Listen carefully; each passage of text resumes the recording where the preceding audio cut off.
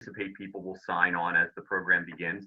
My name is Bill Baldwin. I am the director of the Delaware County Bar Association, and I'd like to thank you for being part of today's webinar on all things COVID and elder law, sponsored by the Elder Law Committee and the Community Outreach Committee. We're really happy to be able to do this program for you today. Just a couple of administrative matters before we begin. As I explained as people were signing on, we're using the webinar software of Zoom for this particular program. So there is no ability for you to turn on your camera or your microphone. If you have a question, please use the Q&A function at the bottom of the screen, and our moderator, whom I'll introduce shortly, will be able to field your questions and send them to the appropriate panelists. Additionally, this is being recorded. I just want people to be aware of that. And I also want to thank all of you who had gone on and signed the acknowledgement form, understanding that information presented today by attorneys, physicians, or any other professionals is not to be construed as legal or medical advice, and there's no attorney-client relationship or physician-patient relationship created as a result of today's program. So again, I'd like to thank you all for being part of this, and I'd like to begin by introducing our moderator, Linda M. Anderson.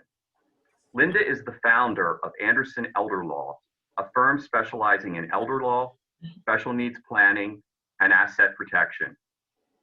She is one of approximately 75 people certified as an elder law attorney in Pennsylvania and has her master's in taxation from Villanova. She was appointed as a fellow of the American College of Trust and Estate Counsel. She is the immediate past president of the Pennsylvania Association of Elder Law Attorneys, was invited as a member of the Special Needs Alliance. She is the past chair of the Elder Law section of the Pennsylvania Bar Association in 2009 and continues to serve on the Elder Law Section Council. Linda is an esteemed member of the Delaware County Bar Association and has been co-chair of the Elder Law Committee for the association. She has done countless programs, CLE programs and events for us and to serve our members on elder law related issues. And Linda, it's a great honor to be able to introduce you today as our moderator. Well, thank you. I am so amazed by our panel today, and I'm so grateful that everybody took time out to participate, and all things COVID couldn't have come at a better time. So just so that you all understand the structure of today's presentation, we're going to have an opportunity for each of our panel members to talk briefly about their work within the COVID area. And then after each panel member shares some of their information, we'll have a chance for Q&A among the panel members.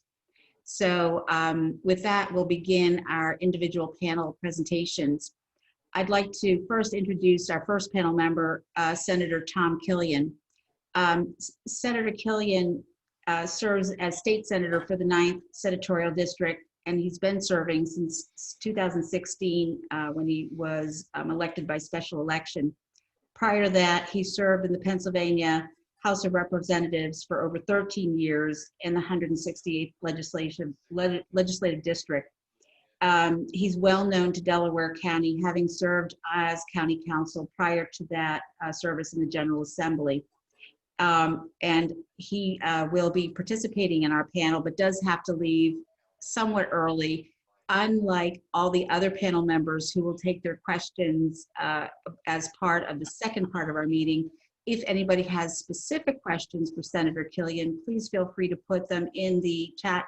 And if there is something specific that we can't wait for the general panel, we'll try to address it to Senator Killion. So with that, Senator Killion, please feel free to have your presentation. Great.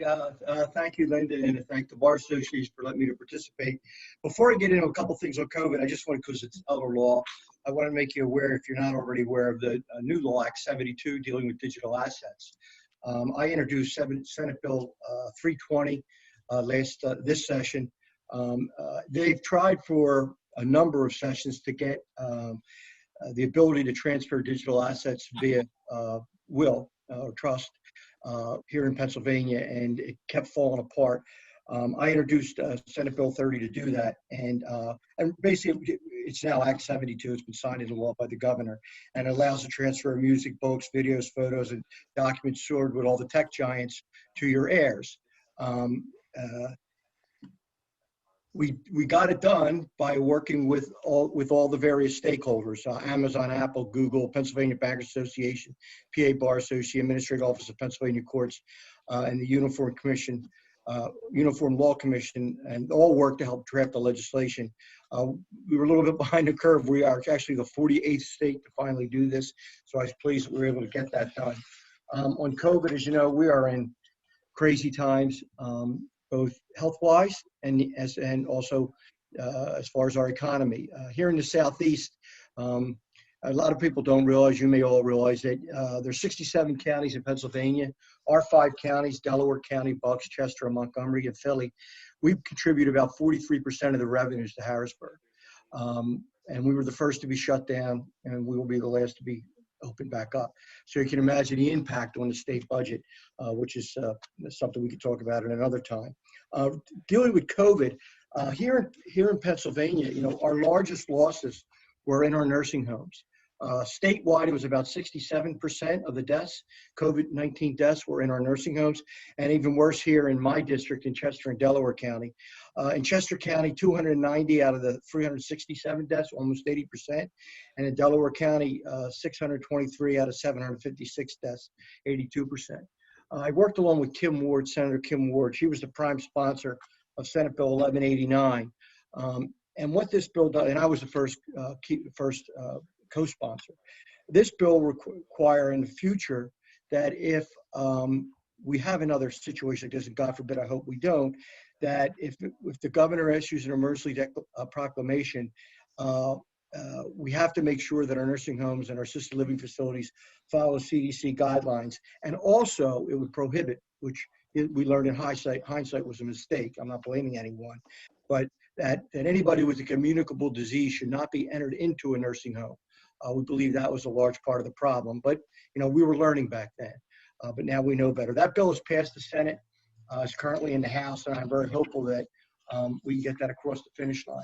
So with that, I'm going to end, and I'll be more than happy to take any questions. So when you think about the you know, the learning curve from the beginning of the pandemic to now, how do you feel we're positioned at this point in terms of facilities in our county? Well, first from the state's level, we are building up a huge supply of PPE, so we're not going to have that problem in the future. If it, as I said earlier, hopefully it's not something we have to deal with again. Here in the county, you know, I have had some disagreements with the governor over the openings. The process was not transparent at all. We were not able to get any information on how the waivers were decided, and who got them, who didn't, and what the criteria was for them. I was very disheartened when, you know, we have a lot of mom and pop lawn and garden centers, and they were watching their customers take plants and all the supplies in early spring out of Home Depot. I believe that there were ways to open. We could open, and it's going on even now. I mean, we have one case in front of the courts now dealing with the 25 person limit indoors and 250 person outdoors, which the Western federal court had ruled is unconstitutional. It's now being appealed by the governor. You know, you could look at Pat Burns, who owns the Springfield Country Club with a 1,000-seat facility. He can only have 25 people in there, which is the same rule to a 100-seat facility. That just doesn't seem to make sense. We've been able to operate our grocery stores, our Home Depots, our Targets, our Walmarts safely. I think we could be able to do the same thing with our restaurants and whatnot if we do it smart and follow the CDC guidelines. And these things we're still working through. We're waiting to see the decision on the 25, 250 limit, 250 outside, 25 inside, as well as we just passed legislation which hasn't gotten to the governor's desk yet because the Senate hasn't signed it. But once it's signed by the Senate, it will go to the governor's desk, which he will veto. And that again also will go to the courts. that allows restaurants, if they follow the CDC guidelines, to open up to 50%. He's at 50% now, but with severe restrictions. Bars must close by midnight now. You can't sit at the bar. So that's next. We still have a long way to go. I think we've all learned a lot as we move through this. We got to get the economy back up, and we are faced with about a $6 billion deficit out of a $34 billion budget at the state level now. We did pass a budget for 5 months. We took last year's numbers, knowing we would have enough revenue to cover 5 months. We did a 5-month budget, funding everybody the same levels last year, except for three areas: education, which we funded both K through 12 and higher ed for 12 months, because we didn't want them to have to worry about what we're going to do in November, as well as debt service. We did that obviously to protect our bond rating, and also for our pension payments, because we owe that to our retirees and our current employees that will retire eventually. We hope by the end of November to pass the last 7 months of the budget. I sit on the Appropriations Committee. We met last week with the Treasury, which is part of the administration. We have a path forward to do that without raising taxes significantly, or if at all. But we're still not done that. That process goes forward as we're in the midst of trying to figure out election reform, which we're going to tackle next week, given some of the problems we have with the mail-in ballots, and want to make sure voting is secure and safe and that everybody's vote counts. Thank you. Knowing that Senator Killion does have to sort of leave a little bit early, are there any panel members who would like to ask any questions specifically to Senator Killion? Okay, great.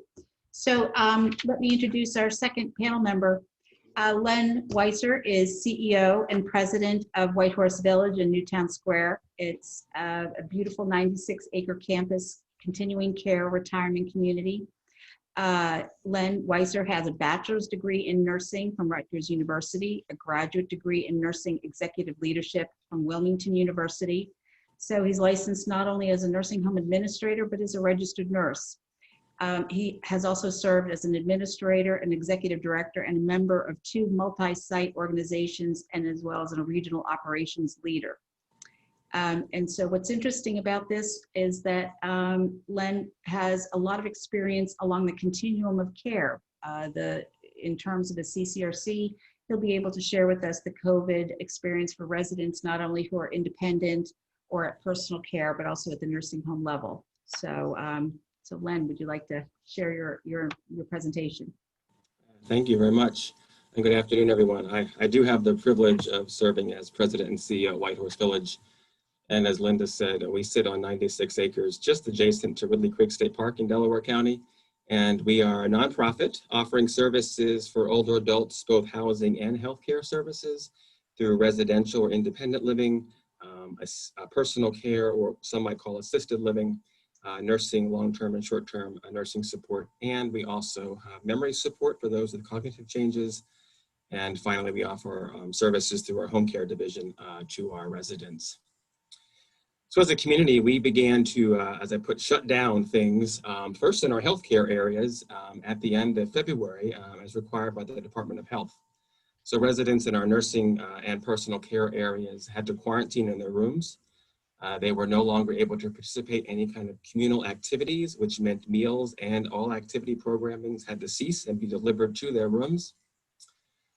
Within 2 weeks from that, beginning in the middle of March, we also shut down what we call our central hub, our clubhouse in our residential area, which is where all of our dining venues are, our tavern. The tavern's a hot place to go to. Our wellness programming and other life enrichment events take place in our clubhouse.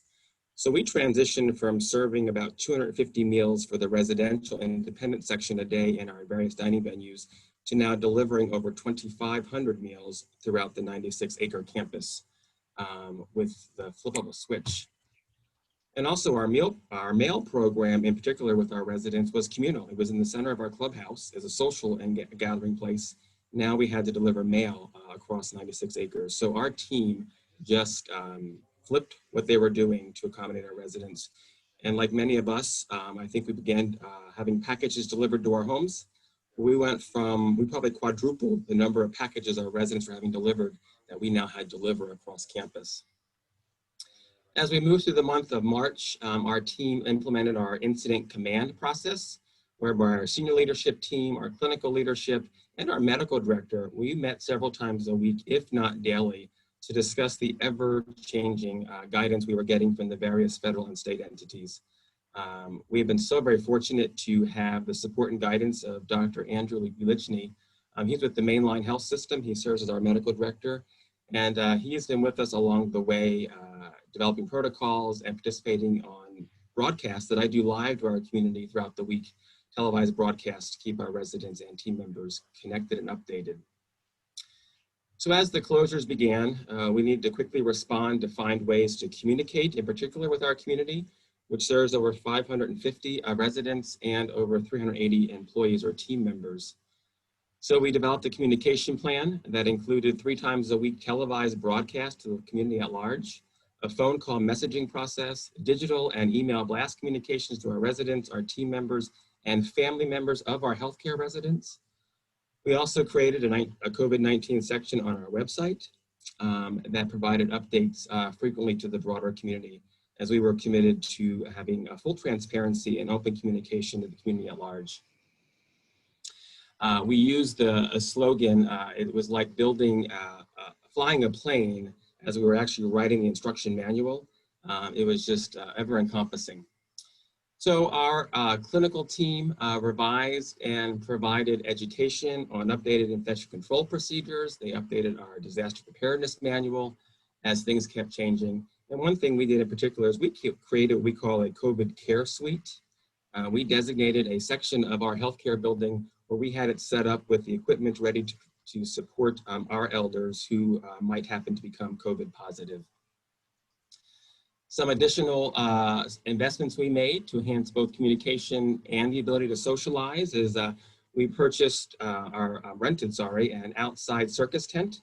So as we were beginning to do outside activities with proper social distancing, our residents could gather, or we could provide some wellness programs, exercise programs. We also used technology heavily. We realized it was key to our success in communication. We quickly implemented a smart device app with a company called K4 Connect, and that allows all of our residents who have access to the app communication. If they can't see the broadcast, they can view the videos from their phones or their other smart devices. They can get information that's shared with the residents throughout the community anytime with just picking up their smartphone. We also invested heavily in a revised AV system in our auditorium, so we could now broadcast live. We were used to broadcasting performances, but not actual live updates, and so we had to update that. And finally, we are in the process now. We have placed orders for technology dealing with bipolar ionization that will go into our ventilation system to help with killing of viruses, in particular COVID-19.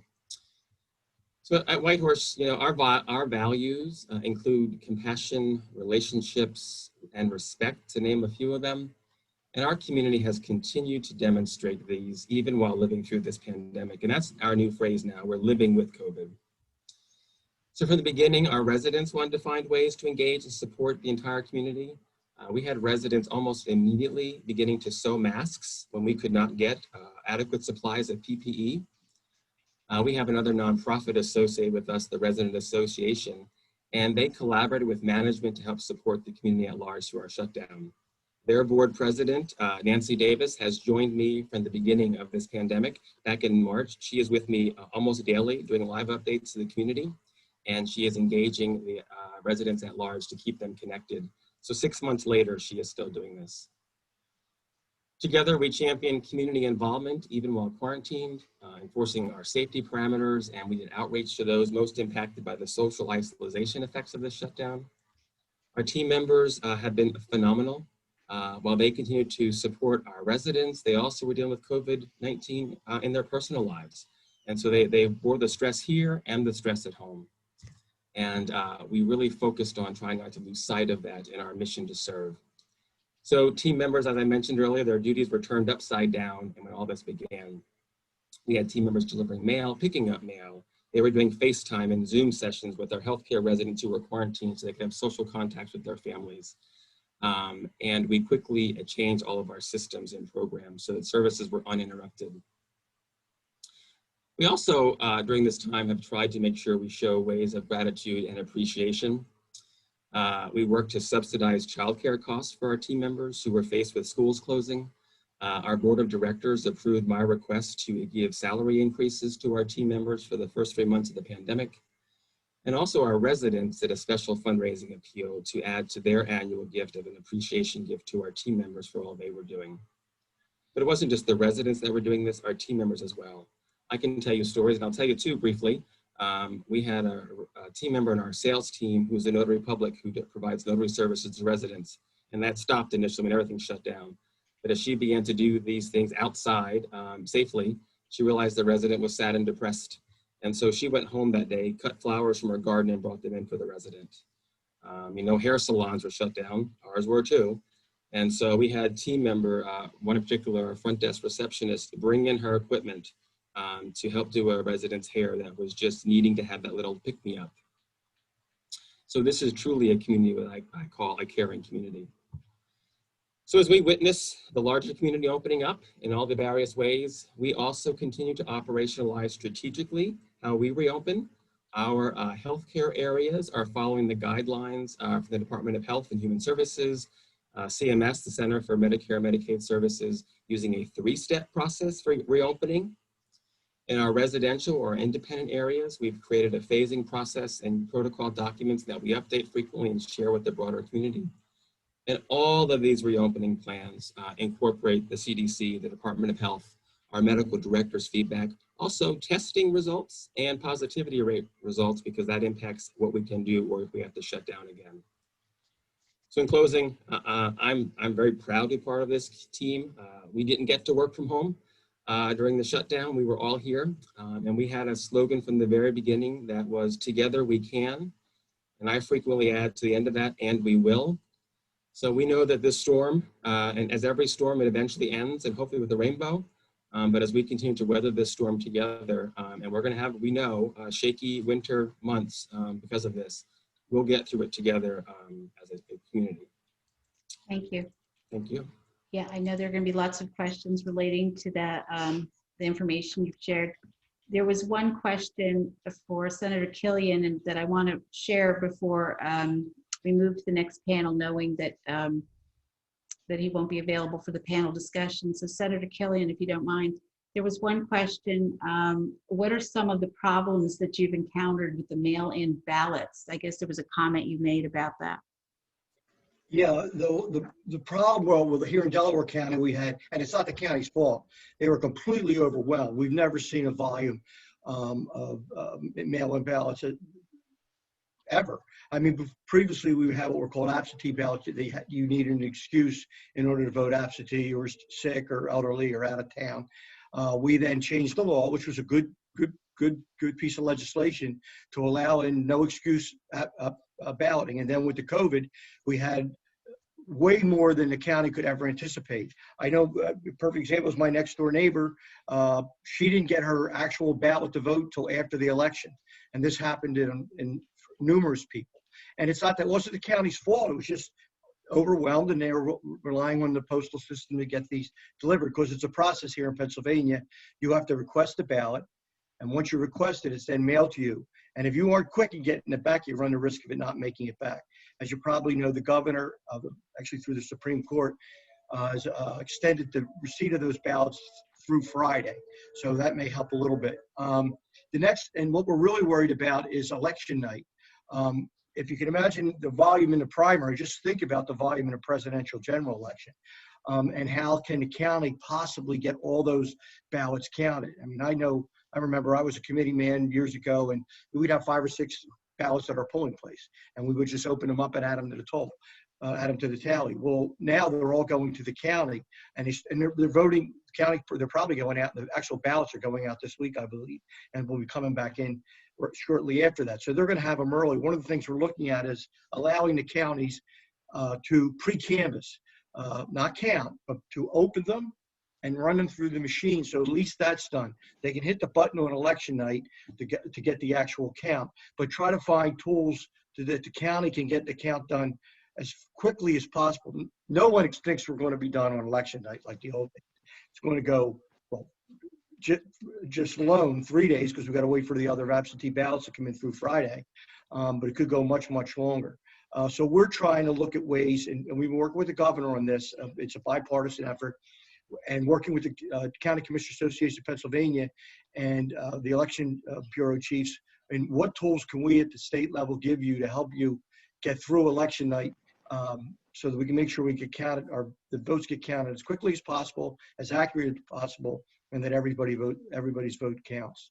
Thank you. But it's going to be unprecedented. Thank you. Our next panel member is Dr. Wayne Miller. He is the medical director of Mercy Accountable Care. Mercy Accountable Care is a physician-led group of healthcare providers. Dr. Miller is a board certified in internal medicine and infection disease. He's earned his medical degree at Philadelphia College of Osteopathic Medicine. He has a fellowship in infectious disease at Osteopathic Medical Center of Philadelphia, Hahnemann University Hospital. Dr. Miller also completed a master's degree in public health at Johns Hopkins Bloomberg School of Public Health. So thank you, Dr. Miller, for joining us today. Thank you, Linda. I'm really glad I don't have to speak to mail-in ballots. And I appreciate hearing about all the terrific work the team at Whitehorse Village was doing. It's a tough act to follow, for sure. So as Linda said, I'm the medical director for Mercy Accountable Care. That's one of 3 ACOs within Trinity Health Mid-Atlantic, and that includes Delaware and Pennsylvania, and cumulatively represents about 100,000 patient lives. So I appreciate the opportunity to talk to you about how our accountable care organization worked through the pandemic. Just by way of a brief background, ACOs were kind of born of the Affordable Care Act as a alternative payment model, moving from fee-for-service to value-based care. And they represent a clinically integrated network of providers that are accountable to the quality and cost of care for the patients that are attributed to them by Medicare, or more recently even by other payers. But rather than focus on the payment structure, I wanted to speak this afternoon about how such organizations were poised to approach COVID from a population health perspective. So we're used to thinking about individual physician-patient encounters, but I wanted to sort of talk about this from a higher level. So in the decade or so since the inception of ACOs, there's also been significant advances in common platforms for sharing health information, along with some of the software that's used to store and analyze this information and to risk stratify patients. So we routinely help coordinate care for high or rising risk patients. And interestingly, as we learn more about what chronic health conditions put people at risk for poor prognoses with COVID, we came to see that this was in fact a population that we were already largely familiar with. And what that meant was our care coordination team could help identify and prioritize COVID vulnerable patients in order to reach out to them to check in, advise them regarding precautions, answer questions, see if they needed scripts, and facilitate telemedicine visits if they did get into need to get in to see their primary care physician. And currently, as outpatient and hospital-based sites of service have been opening up, looking at how we can assist in identifying patients that are overdue for things like immunizations or their preventative cancer screenings or blood pressure or diabetic monitoring, or what we refer to as care gaps. So, and we were also at the same time pushing out information via email to our providers that were participating from various authoritative sources, including our National System Office, and regarding things like epidemiologic trends or transmission precautions, clinical development, telemedicine tools, and recently guidelines on reopening practices. So as I mentioned, this wasn't just for employed physicians in Trinity Health, but for independents in our network who didn't have the resources of a health system backing them up. As far as questions specifically about the hospital per se, the ACO wouldn't have been directly involved in some of the ethical issues around resource allocation. Certainly with PPE or personal protective equipment, the hospitals learned over time more accurately who needed it, what kind of protection exactly they needed. And that certainly helped with conservation efforts. Also about how to do things like safely reprocess masks. We never had to, we never exceeded ventilator capacity, for example. We were fortunate in that if we needed to, we could transfer patients within our local Trinity Health network. And any health system that had developed ventilator triage policies ran right up against physician liability concerns that were partially addressed on a state-by-state level. So question came up about with respect to hospital discharges to skilled nursing facilities. Again, ACO routine operations assist with care across the continuum. And by our continuum, we're talking about from the office, hospital to skilled nursing care. So again, we were able to play a role primarily through our post-acute liaison in transitioning back and forth from skilled nursing facilities to hospitals. Early on, as Len mentioned, this was particularly challenging as the care facilities had shortages of staff, PPE, testing capabilities, and we, as was mentioned, we were still learning about what the results of certain tests meant. Waiting a long time for test results, duration of infectivity. Things that made it really challenging to try and not be, Trojan horses for one another for the virus. And so our post-acute liaison also played an integral role in assisting hospital case managers and social workers with complex patient transfers to skilled nursing facilities. We also participated in weekly calls with our hospitals and post-acute administrators, like Len's role, for information sharing and lessons learned. So I hope that was a somewhat useful overview about how the work and goals of an ACO and a population health model intersected with some of the needs that the pandemic created. Thank you. Thank you very much. Our next panel member is Dr. Cheryl Jackson. She's a lead physician at Mercy Senior Health in West Philadelphia. She's an experienced clinician and has served in various leadership roles, including medical director of an academic internal medicine practice and division chief of an ambulatory medicine. She has a special interest in addressing healthcare disparities in population health. She's earned her medical degree from Howard University College of Medicine in Washington, D.C., and completed her residency there. She's a board certified doctor in internal medicine. So, Dr. Jackson. Thank you so much. Thank you for the opportunity to be on this panel. Since January of this year, there has been 130,000 publications related to COVID. So our knowledge of this disease and its sequelae is still rapidly evolving. And the virus just does not infect the respiratory tract. It binds to receptors that are found in many tissues in the body. So we are seeing clinical manifestations in multiple organ systems. For example, higher rates of heart attacks and inflammation of the heart muscle called myocarditis, higher rates of stroke, confusional states and cognitive decline, higher rates of blood clots, higher rates of acute kidney injury, leading in some cases to dialysis, and just to name a few. So these adverse health effects will continue to affect our patients long after they have recovered from the acute respiratory infection.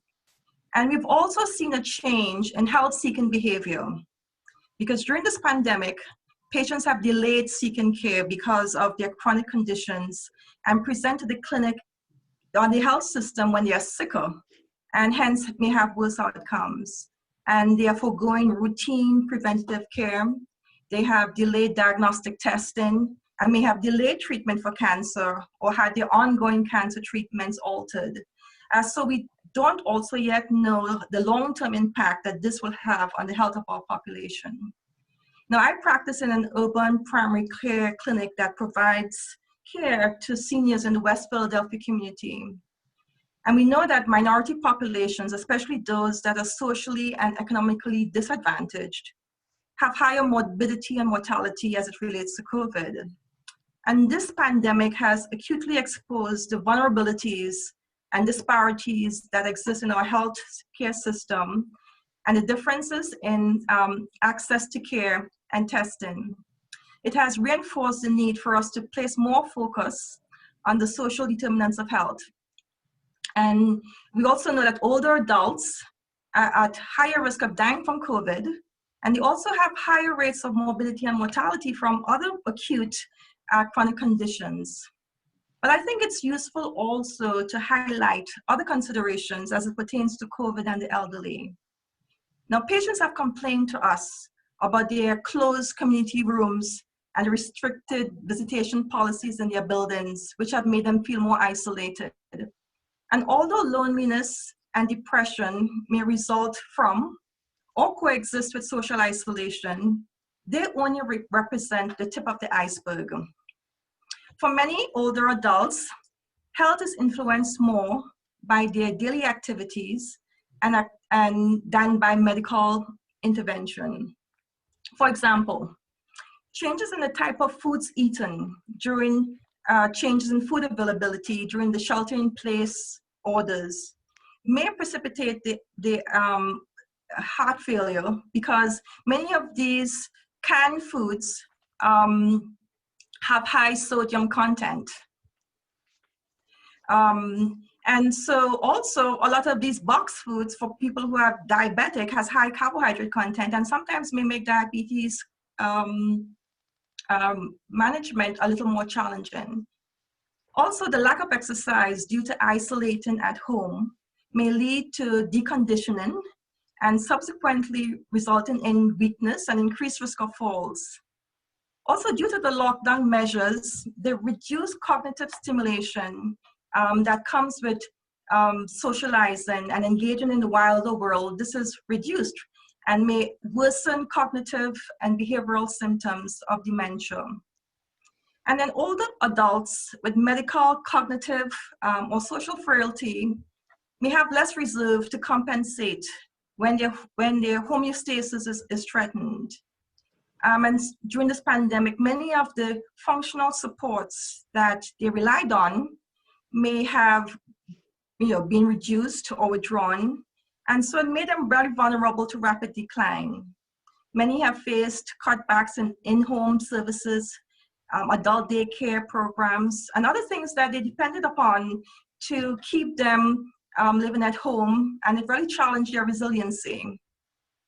And also this pandemic, we have switched our model in terms of healthcare to the adoption widespread of telemedicine. But however, some of the challenges we've seen in the elderly is not having the technology or unfamiliarity with technology or not having sufficient broadband internet access. And when you couple that with hearing loss and cognitive impairment, it makes telemedicine a little more challenging in older patients. And then when it comes to COVID, older patients can present with atypical symptoms of infection, such as delirium, and fail to show the classic symptoms. So symptoms such as fever and cough. So we have to have a higher index of suspicion and realize that standard screening questionnaires for COVID may not necessarily apply to adults. So the COVID-19 pandemic has really challenged us to move towards a more innovative ways of delivering care, reaching out from the brick and mortar model and to extend our clinic into the community and into our patients' homes. In our clinic, we proactively conducted outreach to all our patients, screening for food insecurity, service and support needs, and through our community health workers, connect patients to appropriate resources. We sent out educational material about COVID and how to reduce transmission and how to self-care at home. we proactively screened for behavioral health needs and found increased levels of anxiety, depression, loneliness, and fear, and brought on by COVID.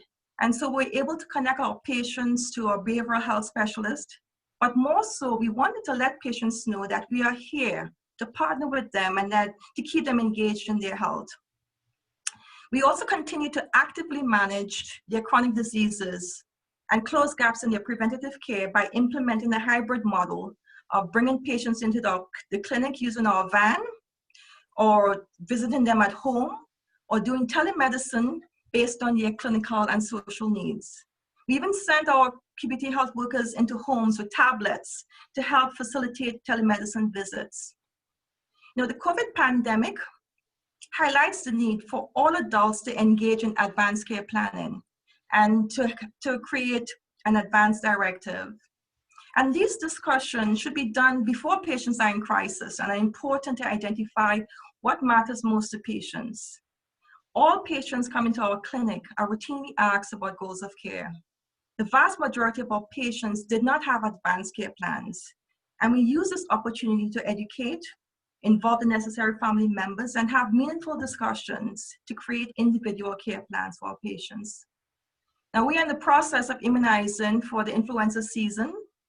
Many patients who abstained from getting the flu shot are now amenable to getting it because of COVID, and we take full advantage of that. We also stress transmission prevention, and fortunately, patients are more conscious about hand washing, disinfection, mask wearing, and hygiene practices related to COVID, which may also help to prevent the transmission of influenza. Now, there are concerns about the impact of influenza on already stretched healthcare resources, and the American Geriatric Society recently published a position paper that addresses the strategies that hospitals should adopt in decisions about resource allocation of ICU and hospital beds and ventilators. And there's a robust body of literature that demonstrate that chronological age alone is a poor proxy for projected outcomes. And other factors such as functional trajectory, multi-morbidity, frailty are also important considerations. So this is just a brief overview of the unique considerations of COVID in the elderly and what we as a primary care clinic are doing to meet the needs of our patients in this COVID time and beyond. Thank you. Thank you very much. Our next panel member is Dr. Kristen Nields. She's a scientist with the Janssen Pharmaceutical Companies of Johnson & Johnson. She's currently working on the COVID-19 vaccine. She has been working in cell line development and as a scientist for many years with a deep scientific career in research for not only the Janssen Pharmaceutical Companies of Johnson & Johnson, but for other notable companies including GSK and Merck. She's received her PhD from the University of Sciences in Philadelphia, Analytical Chemistry, and a Bachelor of Sciences in Chemistry at Penn. So we welcome you, Dr. Nields. Thank you. So thank you for including me in this panel. It's very interesting to hear the discussion across the different business sectors. So what we are doing at J&J is hopefully providing, a safe and efficacious vaccine that would be available as soon as we have approval from regulatory authorities. So what I hesitate anybody to listen to with in regards to social media, the news, ongoing TV, things that are televised. We have been working very hard, not just within J&J, but other pharmaceutical companies as well. And we actually, this is the first time in my career, and this is the first time in what I've heard many careers from across the board, that all of us are actually working together. Usually we try to own our own scientific property, but this has been one time where we all meet as teams globally, which is it's very fulfilling as a scientist. So what I, in regards to COVID, we would never put a vaccine out there that we didn't think was safe for the patients, and it wouldn't have the efficacy that we need, and the clinicians need to get the regulatory authorities to approve it. So I think that's the biggest thing. My group actually looks at the characteristics of the actual drug product before it goes into clinic. So we are, staked with characterizing the final drug product. And we make sure before it even, we're right now in phase 3, we just dosed a phase 3 set, and we make sure that what's being manufactured at other facilities that will eventually go into the clinic, we're making sure that without a doubt at the highest quality, that what's going into the patient is what we, what we know it should be, what the protein should be, without sounding too sciencey. So, we have an understanding and we know the mechanism of action. That's our bread and butter, knowing the mechanism of action of the virus, characterizing the virus, and then characterizing something that will bind and raise antibodies against the virus. But, we go through a lot of work before we even venture into clinical trials. And once those clinical trials are started, it takes a while for the data to get back to us. It takes a while for the statisticians to look at it and to see how efficacious it is, before we even think about starting to write filings for regulatory to review. So it is very time consuming, so I wouldn't listen to people. I know if anybody listened to the debate yesterday, I think they said 2 weeks, and that is not the case. Unfortunately, we are working at God's speeds right now. It usually takes a very long time for us to get this work done, and our group is not large. In my group, there's 7. The other facilities within Janssen that are supporting this, Crucell, which is the vaccine site, is in Leiden, up in Switzerland. So, we meet with them daily. And then we have other sites within the US that are also working on the testing. But it wouldn't be 2 weeks.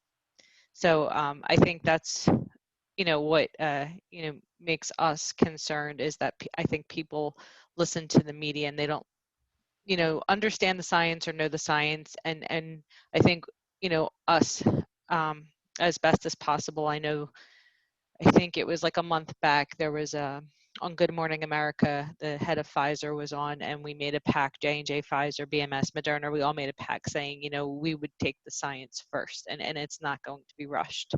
So I know there's a lot of churn around vaccines, so I just want everyone to be aware whatever is out there would be safe to take, and it would be efficacious. It would have an impact on the disease.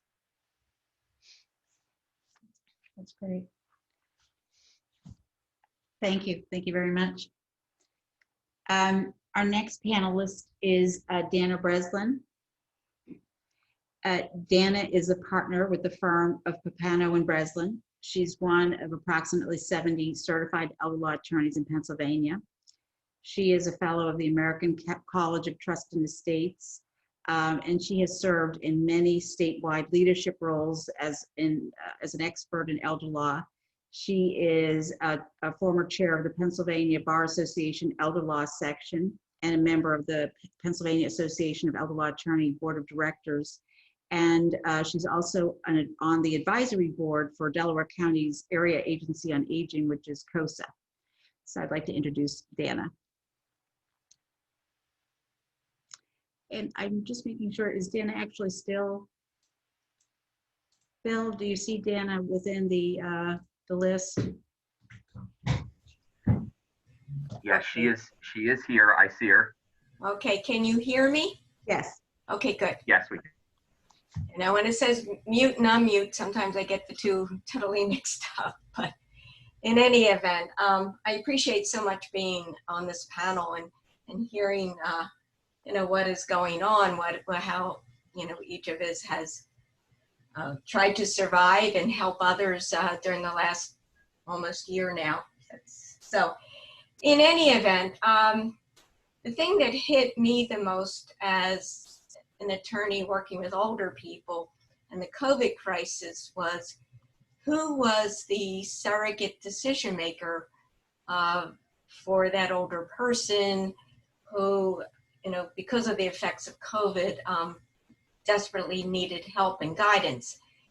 And I found that in the law, we have a couple of different terms. And, as an attorney, I often help clients draw up their healthcare power of attorney, and they name their agent. If there is no healthcare agent and no one appointed, our law has what's called a healthcare representative. And there's basically a chain of command who can act in that role, or the individual himself can tell the doctor who they want the representative to be. And I'm sure with what Dr. Jackson has run into, there's oftentimes no paperwork, but there's been somebody designated by their patient to, be the go-to person. And that is perfectly legal. That's the healthcare representative. We have other forms. We have, the DNR orders, the physician's order for life-sustaining treatment, who the emergency contact is. And at the end of the day, during the COVID crisis, it really didn't matter who, what the document was. I found the healthcare providers wanted to know who could they turn to. Now, on the other side, we did have families scrambling, reaching out to us, not knowing who their mom had named or who their, the dad, the sister. And thankfully, many of our records are online, so we could provide copies to the families, via, emailing it to them, and trying to give the families guidance as to, what their parent or their spouse had wanted. But mostly it was just struggling, trying to sort what the right answer was. And obviously none of us knew exactly what the right answer was. Just doing our best. And then when someone was being discharged from the hospital to the nursing home, or hopefully back home, because nobody wanted to go to a nursing home during all this, was how were they going to pay for it? What were the Medicare benefits available? What were the Medicaid benefits? The home and community-based services sound wonderful, but to navigate to get into it was going to take a couple months, and where were the families going to turn? With our AAA, with COSA, they were attempting to provide help, and where to turn. In the material, I had provided a number of links, advocacy, that are wonderful resources, starting with the Pennsylvania Health Law Project. Now, the Pennsylvania Health Law Project has received a grant, and this is somewhat after the fact, but how to reach out to those who have dealt with the COVID crisis and to avoid further problems, those who lack health insurance or have Medicaid but don't know how to access the resources available. So the Health Law Project is one you can turn to help your clients, your patients, your residents. Carrie, the Center for Advocates of Rights of the Elderly, has been on the forefront, and the Senior Health Law Center. So all of them are places to turn to. In addition to the Center for Medicare Advocacy, they have wonderful self-help tools for families, from how to challenge the observation status, what happens to get extended skilled nursing benefits due to a COVID crisis, and then moving on. So with that, I will end, because I know we have time for questions and to answer what's on people's minds. Right. Thank you so much. So it's been such an amazing, as Dana said, just to sort of touch and hear from everybody from their point of expertise. And we're going to switch into the panel part of our panel discussion and really encourage everybody to sort of chime in, knowing that each question could really be answered from a different and varied point of view. I want to, in terms of, presenting the question, one of the things that Dr. Jackson mentioned that I think really overlaps with what you're talking about, Dana, relates to the concept of advanced care planning and proper documentation. And I think that what we're experiencing as elder law attorneys is a rush to get affairs in order. And I'm wondering, this pandemic has really brought to focus everybody's own mortality. And this is an opportunity for the medical and legal discussion to sort of bring this conversation together and maybe talk about what is advanced care planning, what is the conversation about, and in terms of the documentation about an advanced directive and a healthcare power of attorney, how do those two things come together with the advanced care planning? So maybe we could just spend a moment and talk about that. Well, I would say, starting with, we say that with the healthcare power of attorney, it's appointing that agent not just for an end-of-life decision, but for right now. If someone needs help to even call to get the test results or get information or talk to the pharmacist or find out what is the plan of care that the doctor once followed or the providers. And that agent can help implement that and be a team with the providers. The second part of that is the person's wishes about the types of treatment that they want as they approach end of life. If they've lost cognitive abilities, do they want to have that treated as an end stage condition and similar? Or if someone is terminal, meaning death is imminent, the types of intervention.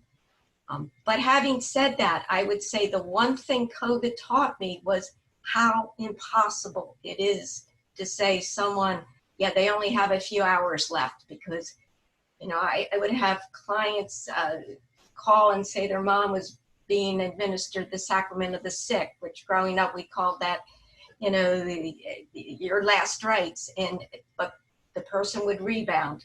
Others, we thought would beat the whole thing and unfortunately would succumb.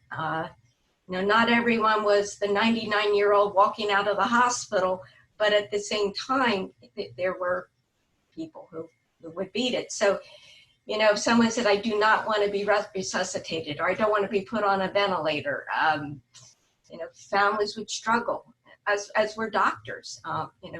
Do you provide that treatment or not? But at least if that individual has had a discussion with their family members, it's never easy, but at least they'll have a better sense of what that person wanted in terms of the treatments. So that is the hard question. So if you have a living will and it says, if I'm end stage medical condition, I don't want to be on a ventilator, and you have COVID and you're on a ventilator for 3 weeks, and many people are on a ventilator for that long, how do you know that you're not actually on an end stage medical condition? I've never seen people be on a ventilator this long but still recover. Yeah. I don't know. It's very, very challenging. Mm-hmm. It is. So Dr. Jackson, when you do advanced care planning, I know that Medicare is encouraging people to do that too, because they don't actually have any cost sharing. This is something for the people that are listening to this, that are Medicare beneficiaries. This doesn't cost you anything. And when you're meeting with your patient, what do you actually talk about when you're counseling them for advanced care planning? Well, first of all, there's a lot of misinformation out there, what people think it is. And I think so there's a lot of, education that needs to occur for the general public at what it means. And I think one of the things that is important is that we destigmatize these discussions. We say we ask that of everyone. so that we start having, and sometimes patients just need to have this conversation over and over again just to lend their ear in terms of more and more feeling comfortable of even discussing it, and including family members in terms of having this discussion. We've screened, as I said, we try to do this as a screening for everyone, just as how we ask questions for depression or these things, because I think we need to have these discussions more proximate in the primary care setting, where you have a relationship with your provider, you know your provider, you have that relationship, as opposed to when you're in the emergency room or in the hospital, or before you in the ICU, where these discussions are a crisis and people can't think and it's overwhelming. And so I think, so in our case, we, first of all, do you have an advanced care plan? Do you know what that is? Right. And if they don't, then we connect them with our social worker so that they can spend the time discussing, what it is, helping them fill out the forms. Sometimes they come back in and they bring their family members. And so have that in a calm setting. And actually people feel relieved at the end of it, because now there's no ambiguity, there's some clarity. And actually family members for the first time actually hear what patients want. Right. That they just may have assumed. Right. And so I think more and more, this should be the standard fare for every primary care, period, regardless of COVID, because we have a lot of chronic disease. And another thing that I think we need to have more in the outpatient is palliative care. Having these goals of life care early, not when you have cancer, not when you have a poor prognosis, but anyone with a chronic disease needs to talk about palliative care, because, COPD, heart failure, congestive heart failure, these things we need to have to destigmatize these conversations. I agree. Thank you. Dr. Nields, I think you are very modest, or perhaps the headlines are a little bombastic. I think that Johnson & Johnson is getting a lot of credit for having the #1 vaccine that's going to be our, go-to vaccine for us and everybody in terms of bringing us back to normal. So how realistic are these headlines? And I hear what you're saying, that it's not going to be within 2 weeks, but generally let's make, the most optimistic assumption. If this is really going to get through the trials, the current stage 3 trials for this vaccine, what is the most likely time frame for this vaccine to be available, and how does a vaccine get distributed generally if it is approved? So for this vaccine, it will work a little bit differently due to the capacity that we would have within the globally to produce a number of doses. We wouldn't most likely have the number of doses to treat everybody, for a global pandemic. So it would be a risk evaluated system. So it would generally fall to the elder population first. So the seniors, the nursing care facilities, hospitals, ICU units, critical care, those with chronic conditions. That would be the first available. The pediatric units would most likely be ranked lower for this. The reason we are ahead is because our vaccine is a well-known platform that we've used for other vaccines. So the FDA is familiar with our technology, unlike Moderna is an mRNA vaccine, so that's novel, that the FDA has not seen before. So that will take a lot more investigation, and that will take a lot more population for clinical trials to see what the actual side effects of that are. The other thing is that there are some other companies where their vaccine is a -80 storage condition, which is a supply chain issue because most pharmacies or hospitals cannot store a vaccine at -70. So our vaccine is a single dose. The other companies are doing a multi-dose or a novel platform, or they have supply chain issues around the storage condition of it. So that's why ours is starting to move ahead of these others. So, you know, we can't really put a date on it until we get the data back from all the populations. We would be hopeful for next year, but that's going to be said after the patients were just dosed. Now for this phase 3, it is a large number of patients, but we need to collect that data and we need to see if it's actually, you know, doing what we think it should do, and make sure that there are no side effects. I know AstraZeneca was in the news last week with they had to pull out and do some reinvestigating on. They were seeing some side effects in the patients that they were not anticipating to see. So, you know, ours right now is moving ahead because all the other companies seem to have some sort of issue. Ours is much more of a robust platform that we've used for the Ebola vaccine that we just got approval for from the FDA in July. So it's using that same technology, as well as a HIV vaccine that we're in the phase 3 trials for the past 2 years. So that can tell you sometimes how long these things take, because the HIV phase 3 started in late 2018, and we're still waiting to collect all of that data. So, you know, with this, we're hoping, you know, we're hopeful that we would be sooner, you know, rather than later, and that we are now jumping ahead of the competition, you know, just because we are a single dose and we won't have the supply chain issues that the other pharmaceutical companies are seeing right now. Great, thank you.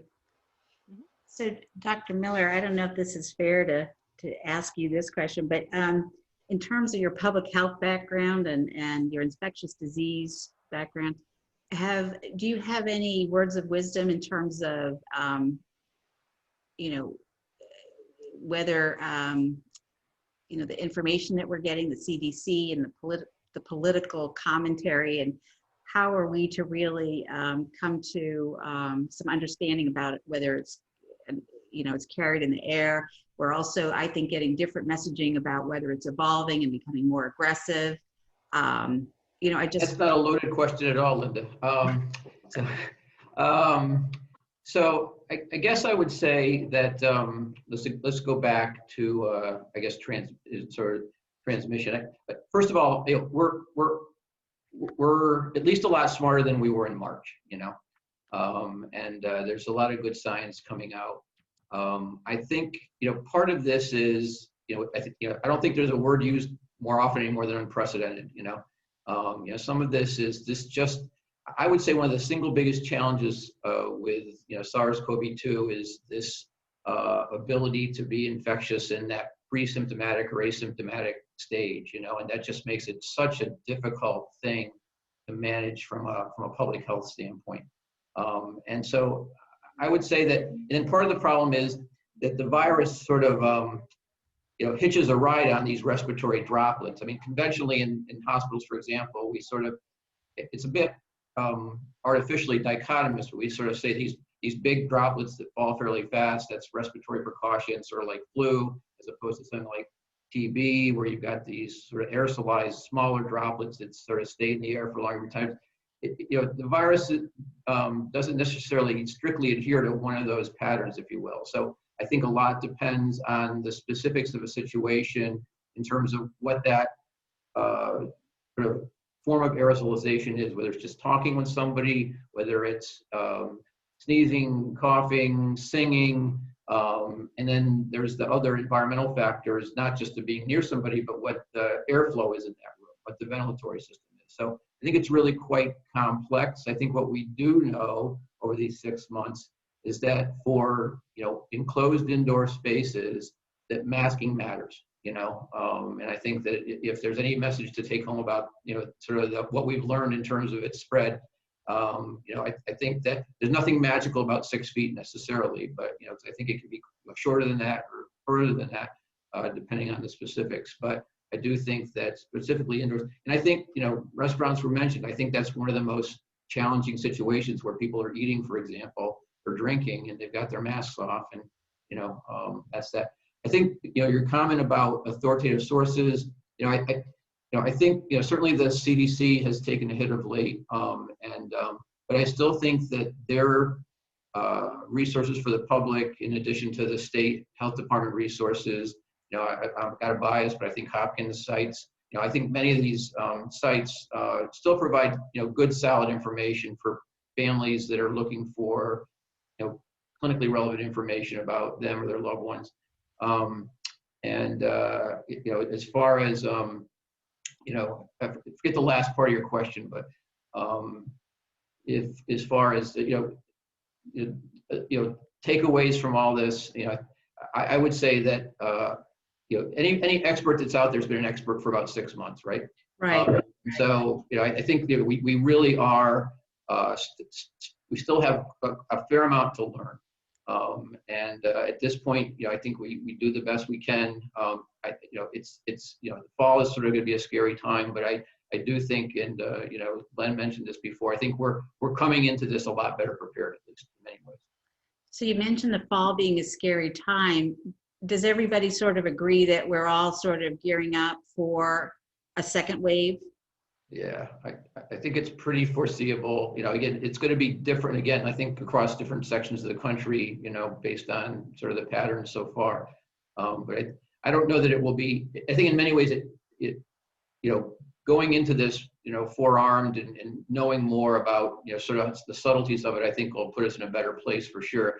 But, you know, again, I think Len mentioned like this was, it's hard to really impress about how dynamic a situation this was in February, March, April, for example, and literally having workflows, staffing, policies changing, you know, literally almost daily sometimes, you know, and then trying to push out that information to the stakeholders, the people that need to know. So it's, you know, so I think to some degree that it shouldn't be quite as chaotic, but there's still going to be, you know, some of the similar themes or issues that come up this fall, I feel like.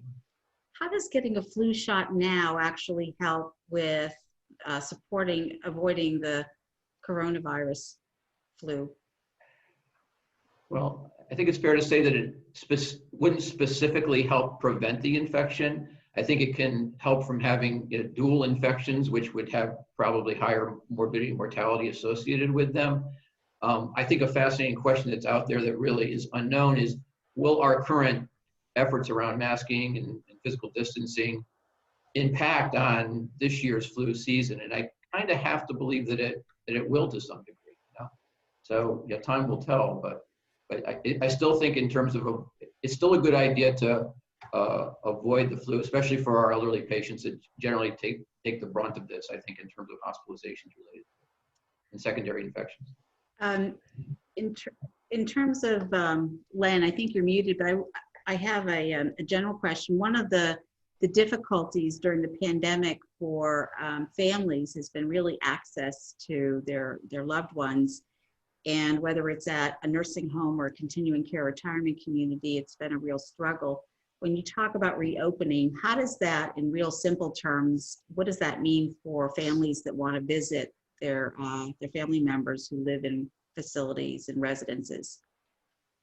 Yeah, it's been a challenge. You know, early on it was window visits, and then guidance recently came out from CMS, which I somewhat I think lifted the restrictions a bit and led it up to the care providers to determine through a person-centered approach, but we still have certain guidelines we have to follow.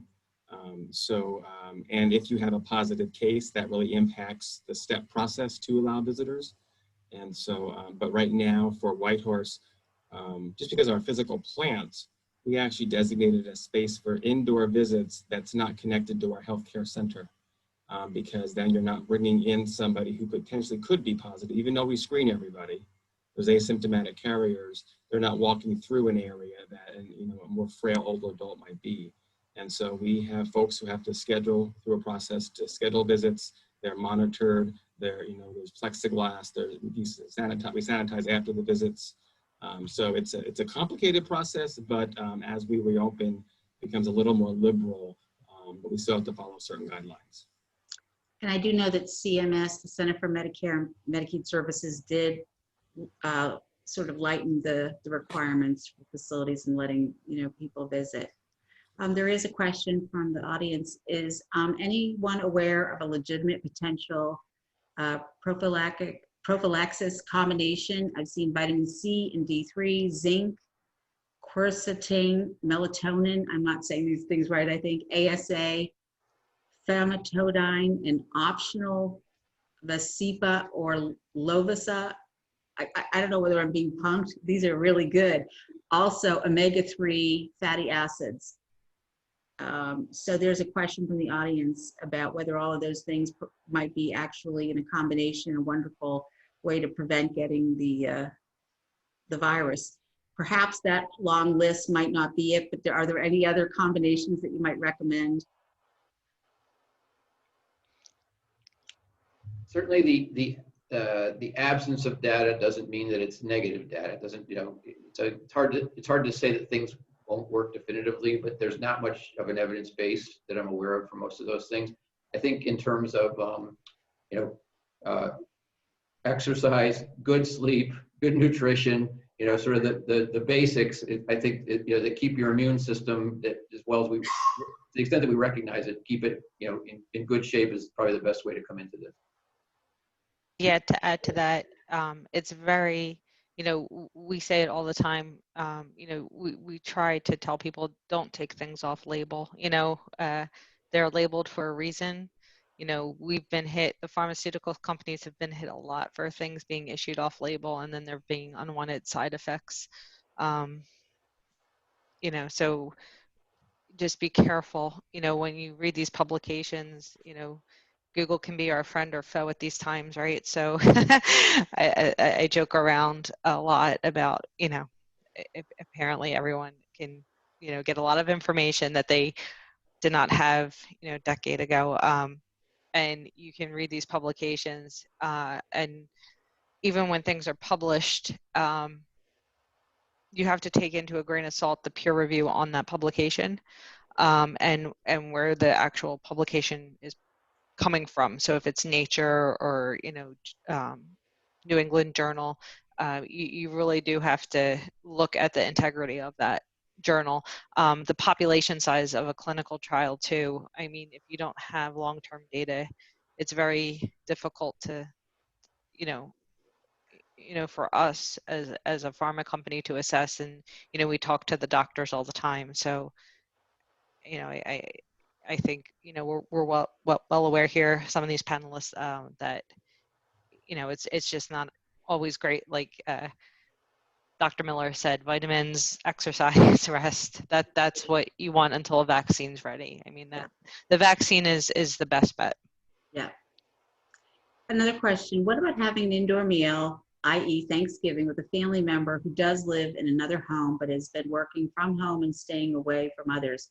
So in other words, the idea is that, we're looking at holidays and we're trying to get that rational explanation about why can't we just all, if we're really careful, just collect together for some holiday meals if we're careful.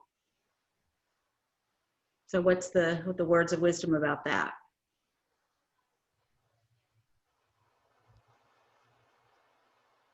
It's you have to, life is not risk-free, right? So you got to stratify risk to some degree. I think if you're all in the same household, then certainly, it's understandable. If you're starting to bring people in from different households, then you need to get into specifics, I think, and if it's somebody that, doesn't have kids coming back from school or other people coming in, that could probably bring some, again, it comes back to that whole period of people being infectious at a time when they don't recognize symptoms. So, part of that is, how likely is that scenario in somebody coming from another household? And if they've been working from home and there's not, and they're sort of quasi-quarantining and, people there's not new potential coming into that other household, then it seems like it would be a relatively safe thing to get together for a holiday, But, there's so many details that would need to be known to kind of stratify the risk. Is there any updated information on reinfection of older folks? Do we know if they have antibiotics and how long they last? I think the quick answer is we don't know. I think we all want to believe that there's going to be some immunity around this. It gets quite complex, and Kristen could probably speak to this better, but I mean, it's one thing to have antibodies for a year or two and have them go away and not know quite what that means, because we do have another part of our immune system that has a memory, you know, and if it sees something again, it may kick in to help prevent, not necessarily prevent disease even necessarily, or infection necessarily, but prevent disease or more severe disease, you know, if it sees this virus again. So there's still a lot to find out about that, but we do know that as we all age, our immune systems do become a bit less adept at managing severe infection. So, you know, I think that you know, it's a matter of still not letting your guard down, I think, in certain situations. Thank you. This is a question, I guess, for Dr. Jackson. In regards to the risk of blood clots as a result of COVID, which pre-existing conditions add to this risk, and specifically concerned with high platelet count? Is that framed as a question that might be, that you would be able to answer, or is that not enough information? I think so even with other traditional risk factors that normally cause thrombosis or clots, there's some evidence of reactivity of the endothelium that may predispose patients to have increased clots, and that's why they think that this may be one of the reasons why they have increased strokes or increased heart attacks and actually higher cases of pulmonary embolism, which is blood clots into the lungs. So I think it's not just any specific risk factor per se. It's the same risk factors that people may have for usual blood clots, but I think it's just some reactivity in the endothelium that is predisposing patients more to clots at a higher rate than before. But I have to jump up. I have a patient emergency. I was just called, so sorry, and thank you for this opportunity, but I'm going to have to go. Thank you, Dr. Jackson. All right, thank you so much. All right. I'll just ask one more question and then we'll wrap up. The final question will be, in terms of herd immunity, if we don't get a vaccine, you know, the other hope is that somehow herd immunity would sort of allow us to have some kind of normalcy.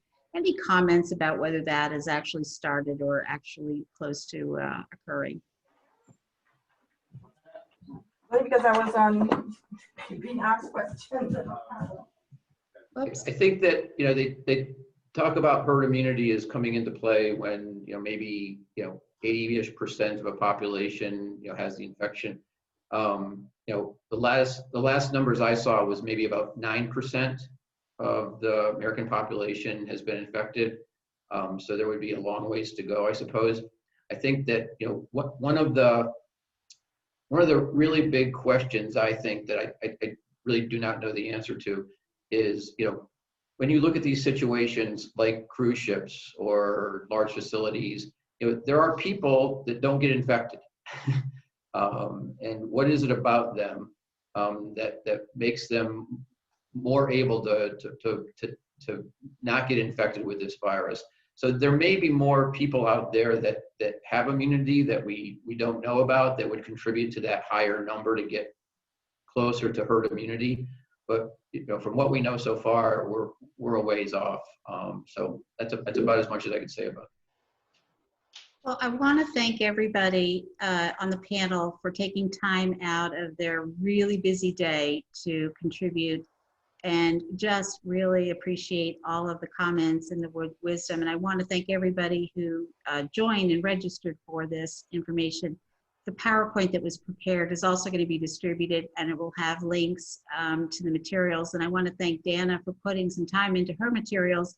It'll include lots of hyperlinks to things that are important for references for elder law materials that you might feel important. So again, with that, we're going to conclude our webinar and our presentation. But please